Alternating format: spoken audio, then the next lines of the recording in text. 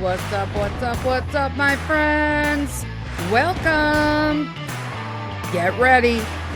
Grab a snack and a bevy. It's time for you and I to have a chit-chat. Straight up facts. Tell it like it is. Laugh till you pee your pants. Cry because you probably needed to. And I can't promise, and I'm not going to throw any F-bombs, but I can promise you'll feel a lot better after listening. It's time to get personal, one-on-one, down and dirty, and have a coffee talk. Buckle up. Let's go.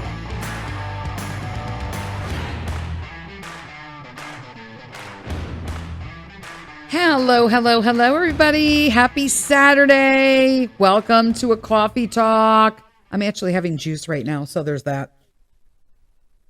It's early, so I'm doing my pineapple, green apple, wheatgrass, and celery.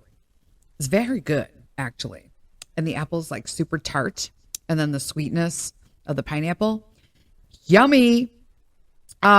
Little update straight off the bat about the first day of school. First week went spectacular. He's totally got this down pat.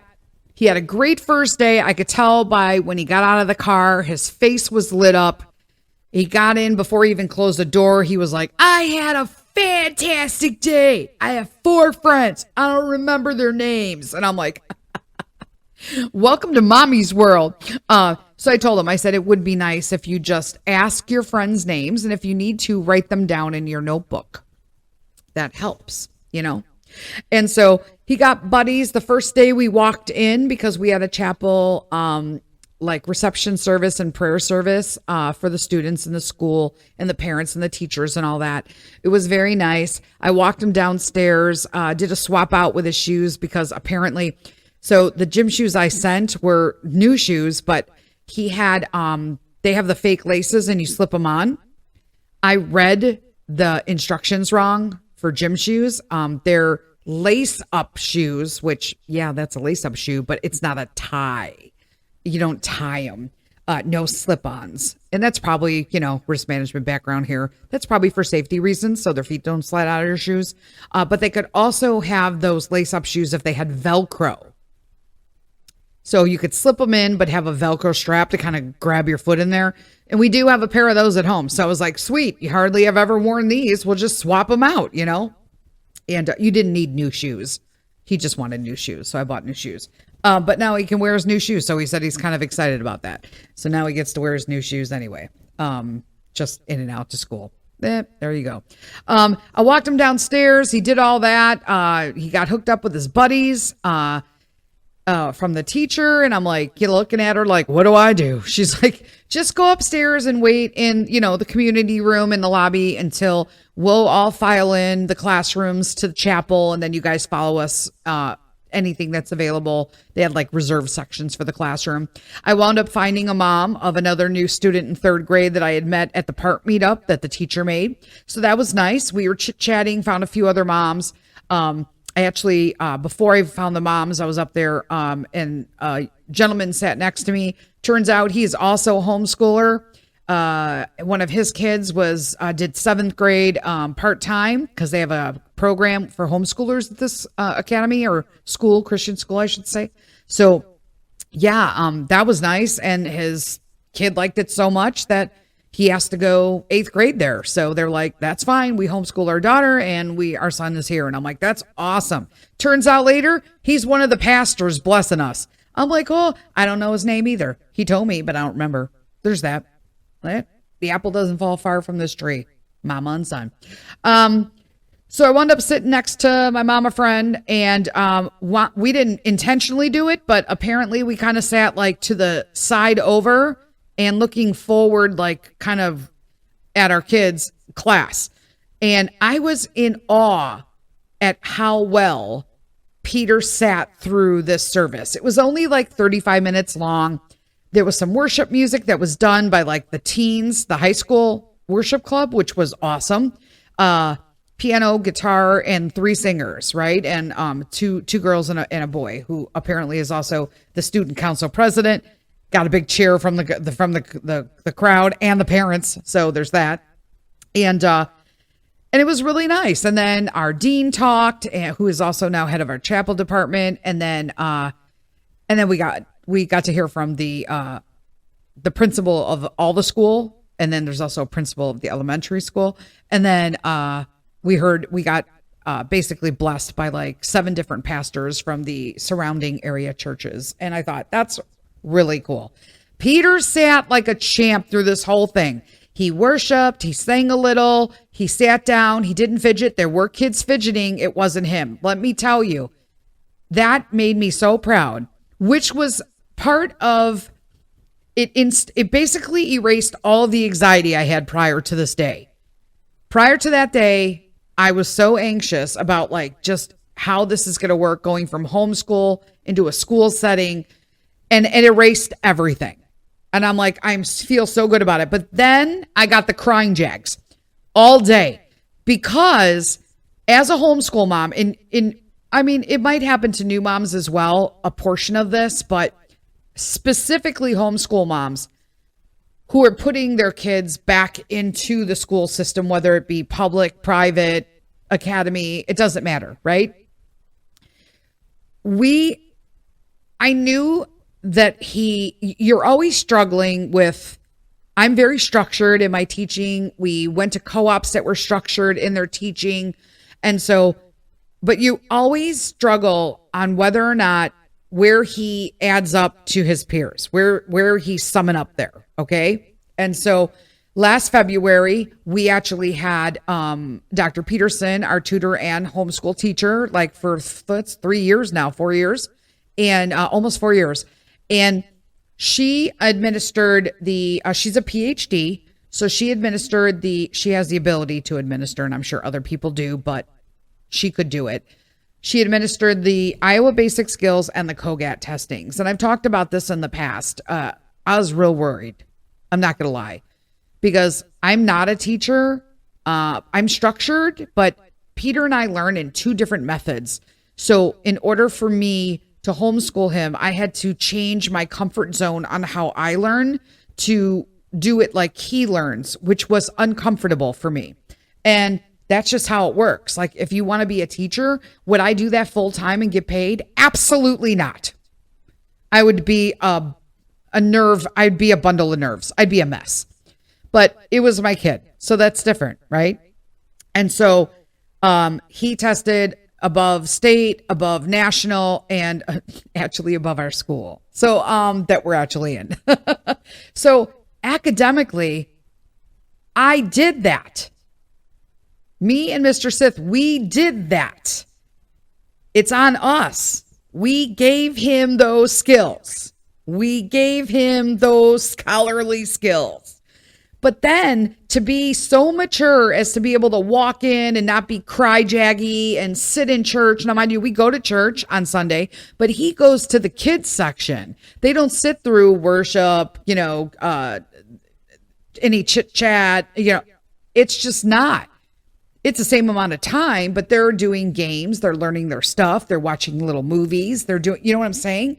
So it's a little more geared towards children. So it's a different environment. So the fact that he was so sitting so nicely and paying attention, I did that. Like, we did that. We gave him skills for his education and his scholarly mind. We equipped him with confidence and the ability to, go in and be confident and worship God. We gave him the ability to, just do life.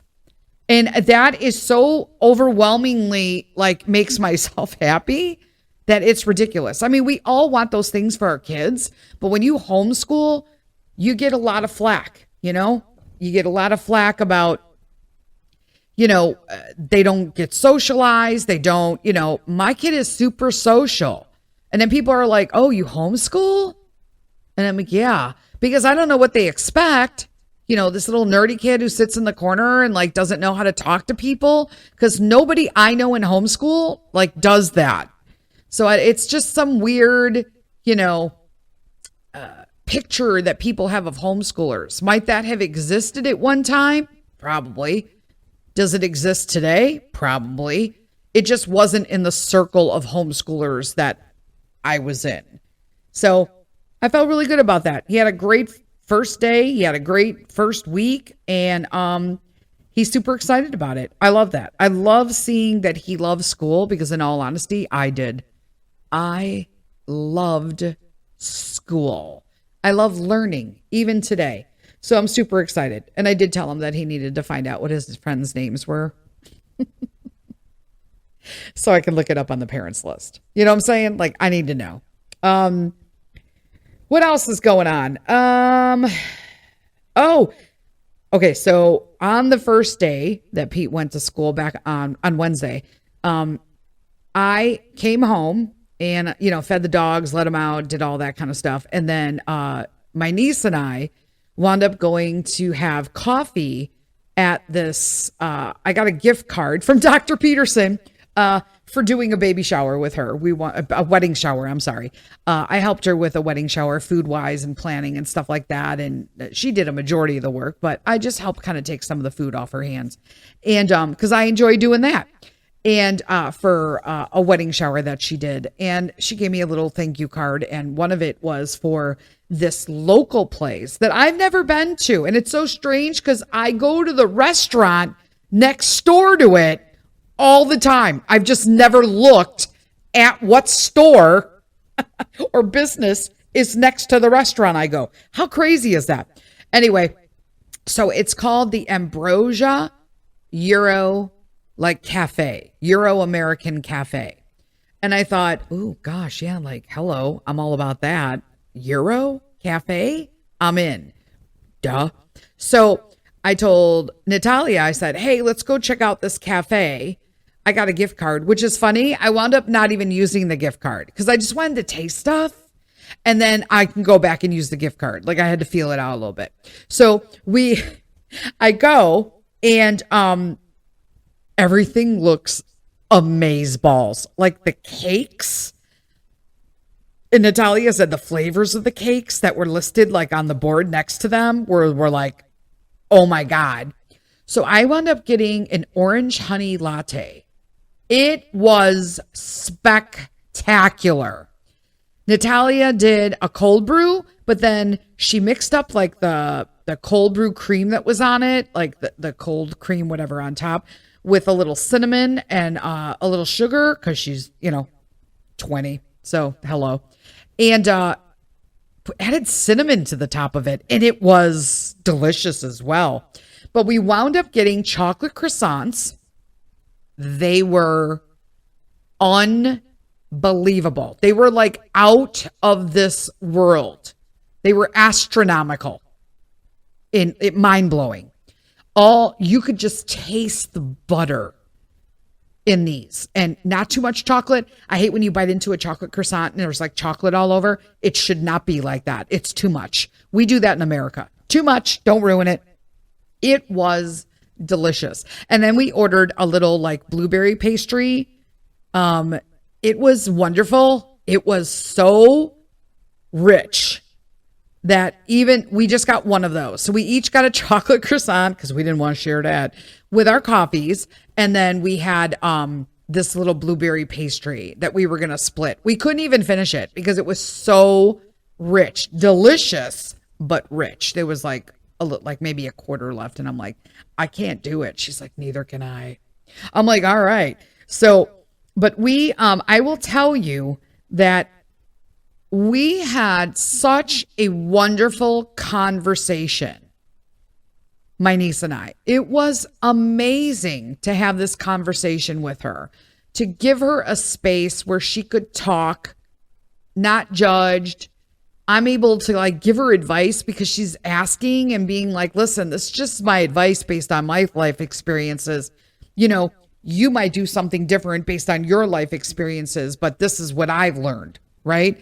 And why I would say that versus doing that, and it was such a just heartwarming conversation we had. it was a great time. I'm glad we got to spend that time together. And I hope now that, she's here and she knows that, I'm coming from a judge-free zone and that, we can just talk about whatever. I'm all in.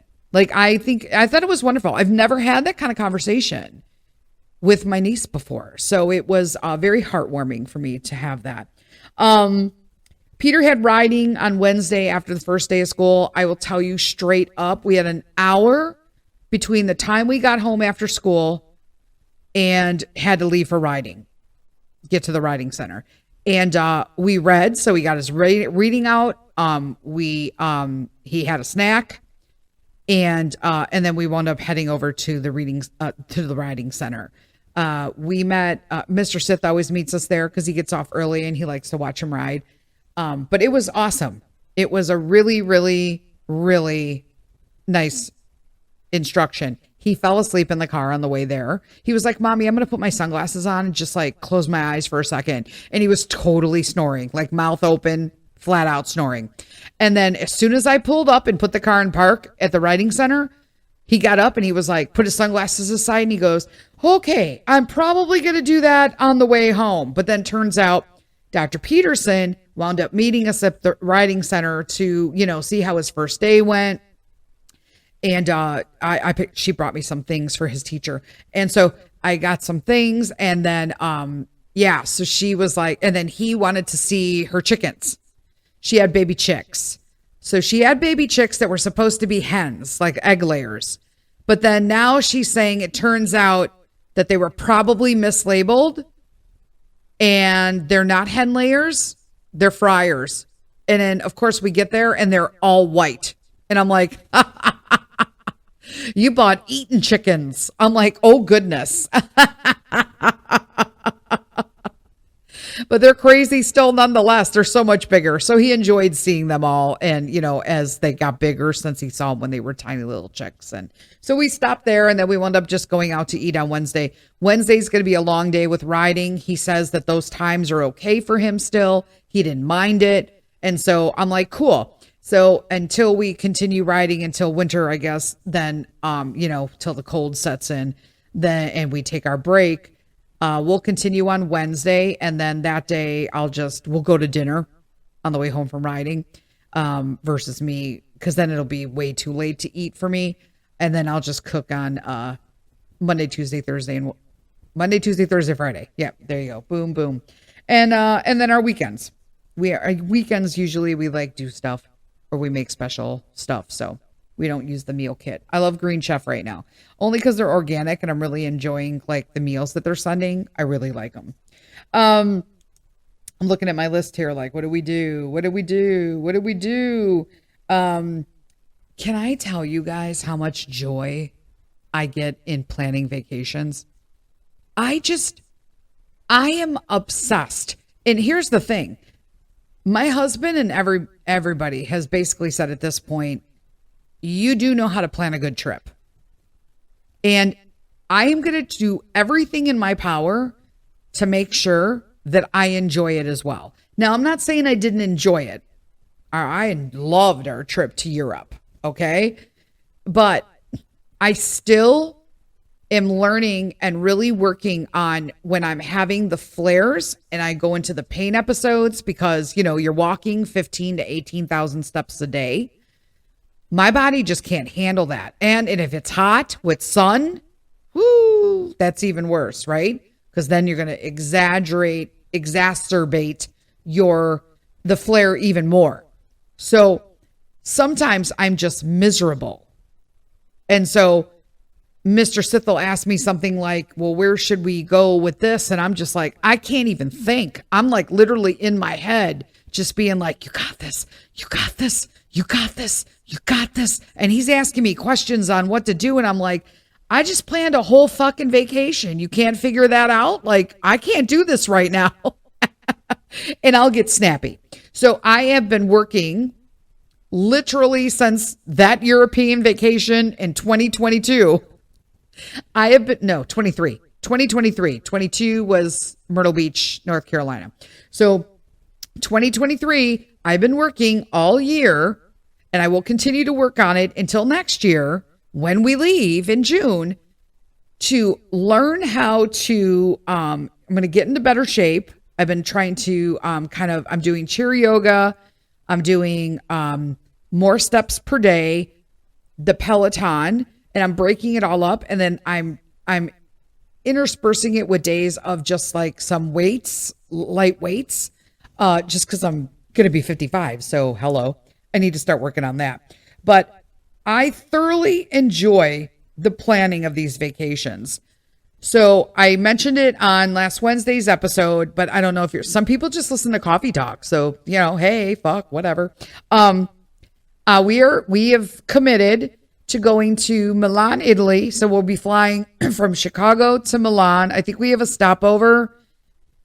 I'm not sure where, because we haven't done it. There's like 2 different stopovers. I don't book airfare until like probably February. I know this sounds weird, but it works for us. I monitor the airfare. So I will see how much it costs, and then I write it all down and which flights I want. And then I watch and I wait. And I keep checking at regular intervals. And I watch the fluctuations so that come the new year, boom, I could just get the tickets because I'll know what the lowest cost is based on the trends. It works. And I have saved thousands and thousands of dollars this way. I literally paid half of what the initial quotes were on our airfare to Europe last year when I purchased them. So it makes sense. I also only use, in case you don't know this, never look for airfare unless you're using an incognito screen. If you don't know how to do that, like just Google it and then you'll figure out how to do it on your laptop. But also, Mr. Sith is going to get me an IP address that's not for America because sometimes it will also give you lower fares. I'm not even shitting you. That's ridiculous, but it's true. So we are flying from Chicago to Milan, Italy. And then from Milan, we're going to take a train to Parma, from Parma to Bologna, Bologna to Florence, and then Florence to Rome, where we'll fly home from Rome to Chicago. I am thoroughly excited about this trip because it's kind of like a gastro trip, meaning we're going to eat a lot, which is fine because we're going to be walking a lot. Totally okay with that. So it looks like apartments are going quick this time. They didn't go this quick for our last trip. So I was like, oh, but we're all in Italy this time too. So, I mean, in all, in defense of the system, we did go to like Austria and Slovakia prior and Italy. So now we're just doing all Italy. So I feel like I've had to be a little more strategic in my apartment hunting. We got an awesome apartment in Milan. It is a penthouse. The penthouse is split in 2. So there's like A and B. We are right in the middle of everything I need to be in. Everything is walkable within 15 minutes. Bonus points. We have a host that will arrange travel pickup and to and from anywhere we need to go. And I'm like, that's awesome because now you got trusted drivers, right? Tons of local. To me, I like to be close enough to all of the tourism, but in the local neighborhoods. Does that make sense? And then I have figured out all the restaurants I want to go to, what we're going to do. And so now I can sit down and buy all of the tickets for everything and make the reservations for the restaurants. If you think you cannot make a reservation at a restaurant abroad in August of 24 for June of 25, you are sadly mistaken because you absolutely can. It's just so much easier. And reservations are kind of a must have in Europe. If you're eating after 6 o'clock, you got to have a reservation, period. Because you want to get in, you don't want to wait. And if it's a restaurant you really want to eat in, you want to make sure that you got a chair because it's not like eating in America. They don't like float you in and you're on a timetable because you are. When they seat you at a restaurant in America, you officially are on a timetable. From the moment they bring you to your table and they hand you a menu, you're on a clock, which is why they come, drop off a check, and take off. They don't do that in Europe. You come in, you eat. I swear to God, I think they're like set out in increments of 3 to 4 hours. Because as long as you are sitting at that table, they will never, ever, ever, ever, ever bring you a check. You have to ask for it. 100%. I love it. It's fabulous because you can actually fucking digest your food. Just saying. And you can enjoy it and have courses. And it's just a wonderful experience. I'm just saying. I think everybody needs to go to Europe and do that, especially Italy. Like, yum. So I've been doing that. So this penthouse in Milan overlooks, so outside of the bedrooms, it's sort of like I'm trying to figure out like what it is. It's sort of like a sunroom roof. Does that make sense? It is all windows, and there are like blinds that they have like a covering thing that you could slide if it's too bright, but it's all windows.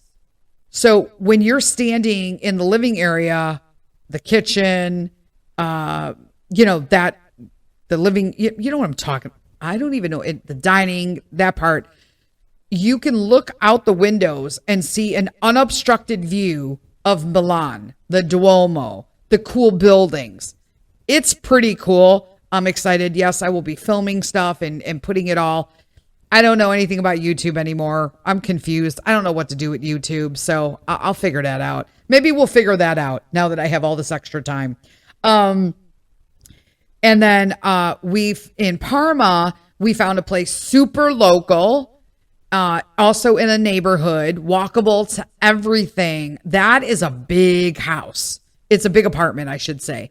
But man, is a lot of room for the price, but it's Parma. It wasn't my first choice, but my first choice got booked.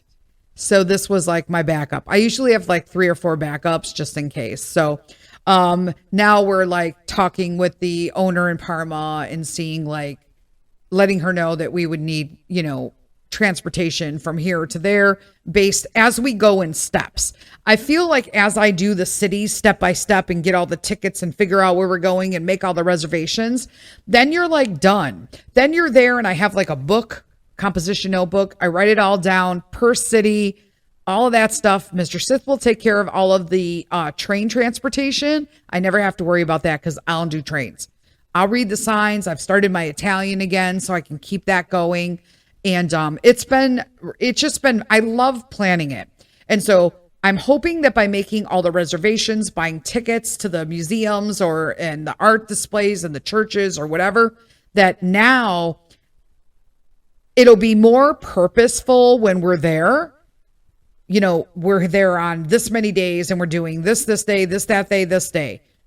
No time limits unless we have tickets to like a museum or something. Like when you go see in Milan, we're going to have tickets to see the Last Supper painting at the Santa Maria delle Grazie, but they do them in increments of 15 to 20 minutes. They've been experimenting because they don't want too many people in the room at once. Usually it's 25 people. They expanded it to 30. So we'll see how that goes. I don't know if they're going to continue that by the time we go, but it's a test that they started doing this year. They tried to decrease the amount of people that go in there and in certain amount of times so that the room is not, they could preserve basically the art. And then like we'll know when we need to be places and when we can just chill. And I think that'll be easier just on my body overall. That's pretty much it. Oh God. One last study. Oh my God, 28 minutes. One last funny story. So Peter and I am obsessed with the car wash. My car must always be clean. It's always clean.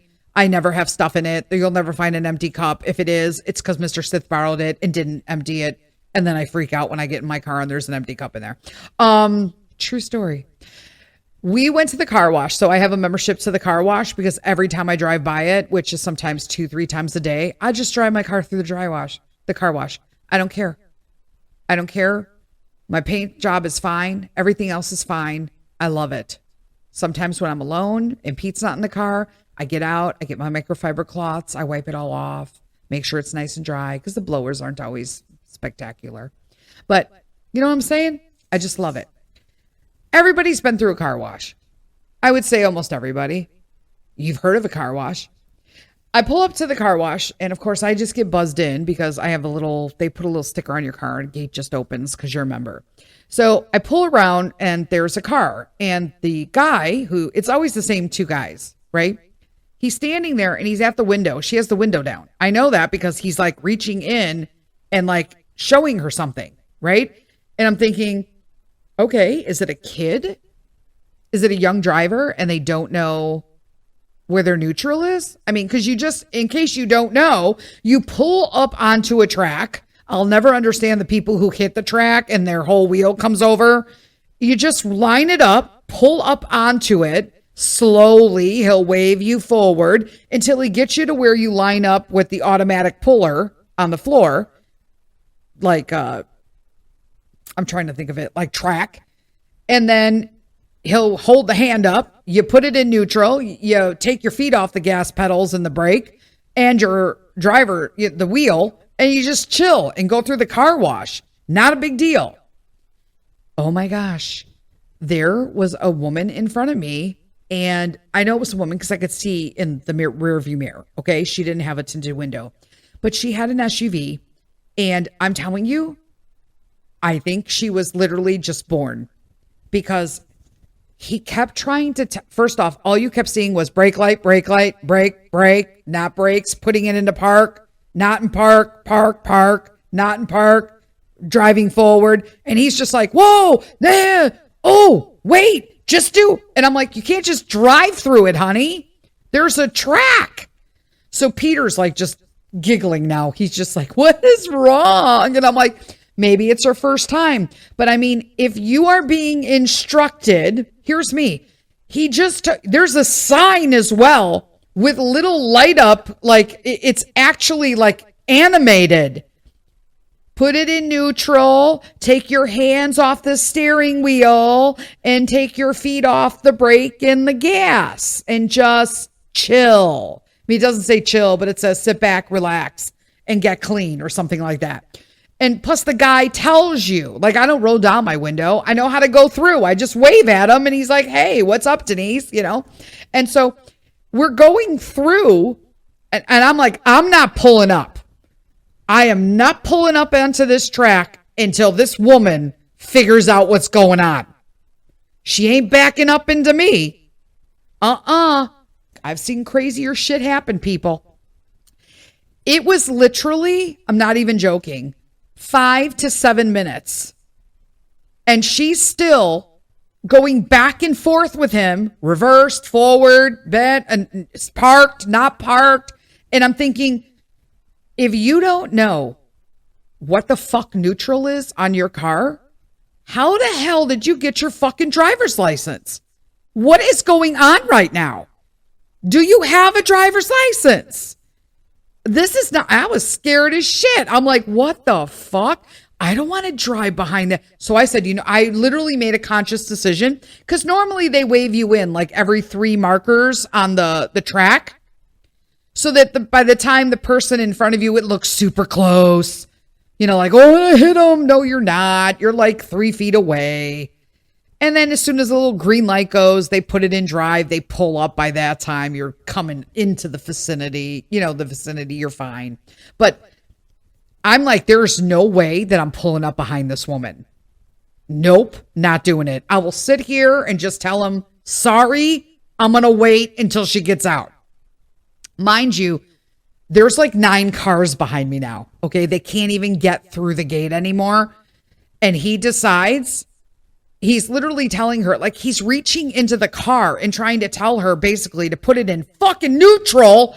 So you can, and at this point she did, he stepped away and I'm seeing the brake lights again. And I'm like, get your fucking foot off the brake. Like, what is, my God, wash your car by hand. Wash your car by hand. This is not okay. I was like, first off, that's dangerous. That is dangerous. That stuff this is a Simonez wash. This stuff is expensive in there. And this woman's going to just decide to like put it in drive and start driving through it. You can't do that. It's timed. The machines are timed. You're going to like mess up your car, mess up the machines. And then what does that mean? It means that I can't get my damn car washed. Okay. I'm playing, sort of. But so this is what he did. He told her to leave the car in neutral. And then he waved her to let go. And he walked through the car. There's a catwalk, mind you, but still, he walked through the car wash with her. And I know for a fact she pressed her fucking brakes numerous times because I could see her lights go on. And he walked her all the way, bless his heart, until she drove the fuck out. And then he walked back and was like, he looked exasperated. I was dying. And then I pull up and he's like moving me up, but you could tell that he's like exasperated by this. Like he's just mind blown that this just happened. And so I pulled up and I always thank him when he says stop. I'll say thank you. And then I put my car in neutral and I put my hands up and lifted my knees up and I'm like, I'm good. And he just laughed. I was like, what is going on? Who does that? That is so worrisome that this woman was driving around and she couldn't get through. Like, how the fuck does she park? How the fuck does she park? And let me tell you, I know what kind of car she has, the make and model, the color, and her license plate. Because if she's local and she's parked next to me somewhere, I'm not fucking parking there. I'm going to be honest. It was scary to me. This person had no business driving. If you don't know where neutral is. I'm just saying. I mean, you can't make this shit up, people. You can't make it up. I'm at a loss. That's so funny because one more thing. So we took, it's like what's happening to society as a whole. It's like in total decline. But let me tell you, we went, last minute story. We went and got, Natalia needed an eye exam and some, she has insurance and we went and took her to get her eye exam. And so she gets her eye exam, whatever. And, you know, it's their first time doing stuff as a young adult. So I went with her and blah, blah, blah. When she went in for all her tests and stuff, Peter and I went shopping. And then we came back in to like, you know, catch her at the end, help her pick out her glasses and all that. Cause she needed glasses. She knew that she can't see shit, bless her heart. And so I'm like, well, it's going to be much better because we want to take her for her license. But I'm like, you can't even fucking see. How are you going to get a license? And she's like, yeah, I know. I need to get my glasses first. And I get the DMV form for that. I'm like, okay, yeah, good call. So she was, one of the ladies who originally registered her, she's just like, I'm going on lunch. And I'm like, okay. And then I don't like when clearly she handed us over to the three gentlemen that were out in the lobby part. And one of them was already working with a client, a patient and her kids. And then there were two other ones. And when you hand over paperwork, but you're still talking about personal shit while I'm waiting, yeah, that's no fucking K.